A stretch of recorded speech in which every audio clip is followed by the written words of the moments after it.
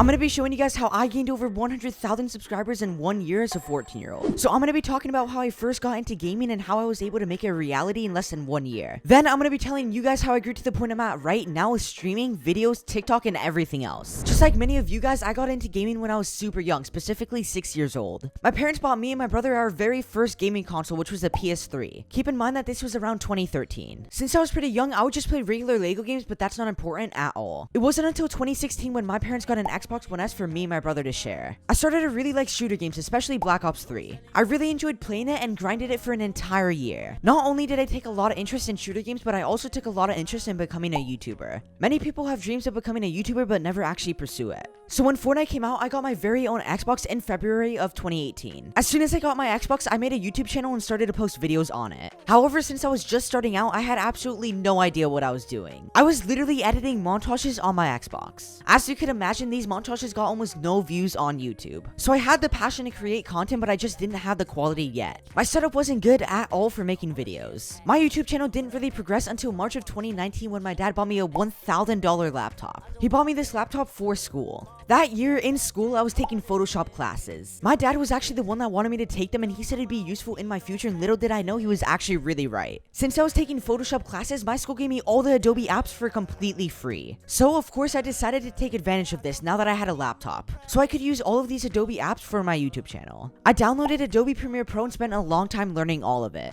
After I watched countless hours of tutorials about Premiere Pro, I was finally able to teach myself to do basic editing. The quality of my videos ended up improving and my views went up just a little bit. Fast forward a year or so and the entire virus thing happened and I was now able to get my first gaming PC. I finally had everything that I needed to make some good videos, so that's exactly what I did. I switched to Valorant content and I had a couple videos with over 1,000 views, and even one of them had over 10,000 views. However, later on my interest for Valorant died down in December of 2020, so I decided to give Fortnite content another try. Surprisingly, my first video back got over 50,000 views in a single week, which is absolutely insane. I recorded the video, edited it, and designed the thumbnail all by myself. I am so glad that I decided to take that Photoshop class when I was younger, because without it, I would not be where I am today. I definitely recommend taking some design or editing classes in school if you're trying to become a YouTuber. Now that I had a video with over 50,000 views, I just needed to take advantage of the opportunity. So I made similar Fortnite videos and they all got a couple thousand views on a consistent basis. I would upload videos 3 times a week, and by just doing this, I was able to build a small audience. For those of you guys that are wondering what you should base your content around, it's all about testing. Try specific content like tips and tricks for 1 week, and if your views go up, continue making content like that. I would highly recommend not making montages because those don't have any difference between them. It's super hard to grow with them. So what you need to do is find a good topic for your YouTube channel and then try to make it unique. People will not watch you if you're simply making the same content as everyone else. You simply could just make your video unique through your personality. People will continue to come back and subscribe to you if you actually make good quality content. I recommend that you learn to edit videos and make thumbnails. Most people that start YouTube don't have enough money to spend $20 for each video on an editor. Basically, the only way you will succeed is if you learn it on your own. A great free editor I recommend you guys use is DaVinci Resolve. It is pretty easy to pick up and you can make some pretty good content with it. Anyways, like I said, I was able to build a pretty small audience and I started out 2021 with 1.3k subs. All that I focused on was improving the quality of my content and thumbnails. In half a year, I went from 1.3k subs to 15k subs. However, in July of 2021, I decided to really focus on improving my content. I finally got an actual designer for my thumbnails, so as you guys can see, the quality of them improved a lot. Not only that, but I started to reveal a lot more of my personality in my videos. I started to use facecam in my videos, so as you guys can see from these 2 clips, my videos got a lot more interesting.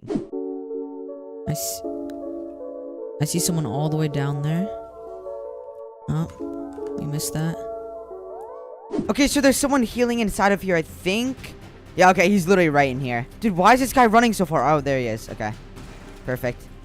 Anyways, now that I was building up my personality on YouTube, there was only one thing I was missing, which was probably the most important thing, which was retention. Average view duration is incredibly important on YouTube and for the YouTube algorithm. So within the last 4 months or so, I paid a lot more attention to that, and as you guys would expect, I absolutely exploded. I went from 23,000 subs in August all the way to over 123,000 subs by the end of the year. I literally gained more than 100,000 subs in 4 months. Some of you guys may be wondering how I got my average view duration from this 4 months ago all the way to this, which was literally 5 days ago. I'm gonna be telling all of you guys the tips right now. So as you guys know, the first couple seconds of a video are very important. You wanna really make sure it grabs the viewer's attention because people click off in a matter of seconds. So for my intros, I always start off by telling them exactly what I'm gonna be doing. And then for the next sentence, all I do is add on to it. Here's an example of it. Every time I die in Arena, my setup is gonna be getting worse. So I'm gonna be starting out on a PC, then moving down to a PS5, and lastly, I'm gonna be playing on a Nintendo Switch for the very first time. So as you guys saw, I am pretty high energy in my intros. I've analyzed how many YouTubers like MrBeast do their intros or hooks. And for my intros, I try to make it as similar to MrBeast intros. He usually starts off with a very intense and short intro. In the intro you guys saw a couple seconds ago, I try to incorporate the exact same things. A short 10-second intro and then right into the video. Also, I don't know if you guys have noticed, but I never ask people to subscribe in the intro of my videos. There's literally no point in asking people because just think about it. When was the last time you actually subbed to someone just from the intro of their video? You probably don't even remember because if you're actually subbing to people, it's because you enjoy the video. And the only way to see if you actually enjoy the video is if you watch all the way to the end. How are people supposed to know if they should really subscribe to you in the first 10 seconds of a video? As you guys can see, the longer your intro is, the more people click off. Literally every single extra second you get people to watch your video is super important. The YouTube algorithm now is all about average watch time. My watch time has improved a lot, but I still have a lot of work to do with it. Just like MrBeast said, if your watch time is not 70% or higher, you still have room to improve.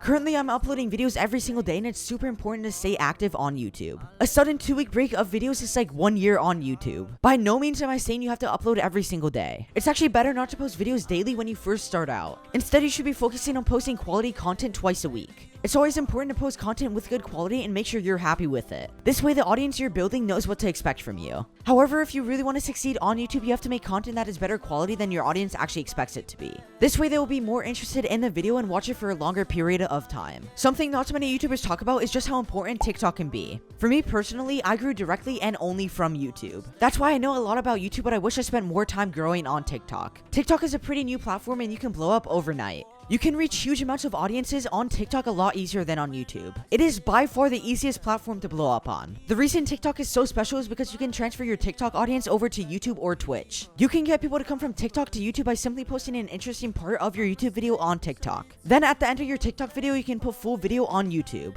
As you guys may have noticed, with YouTube, you have to be very patient and you cannot expect just to blow up very fast. For most people, it takes a very long time to actually learn YouTube and start to build an audience on it. So make sure that you're patient and not comparing yourselves to others while doing YouTube. Also, the main reason most 14-year-olds or just people in general don't succeed on YouTube is because they just don't have the drive to work hard enough on it. Trust me, when I started YouTube, I thought it would be super easy and you could just do anything you wanted. But I soon realized that that simply wasn't the case. You have to work super hard not only at the beginning of your YouTube career, but also throughout your YouTube journey. I literally work about 8 to 10 hours a day on YouTube. Recording videos, trying to improve them, streaming, talking to editors, and finding designers, and so many other things you guys don't see behind the scenes. If any of these tips helped you out or you simply enjoyed the video, make sure to drop a quick sub. It doesn't take more than 3 seconds and you can unsub at any time if you don't enjoy the content. Also, while you're down there, you might as well drop a like. It helps a lot with the YouTube algorithm.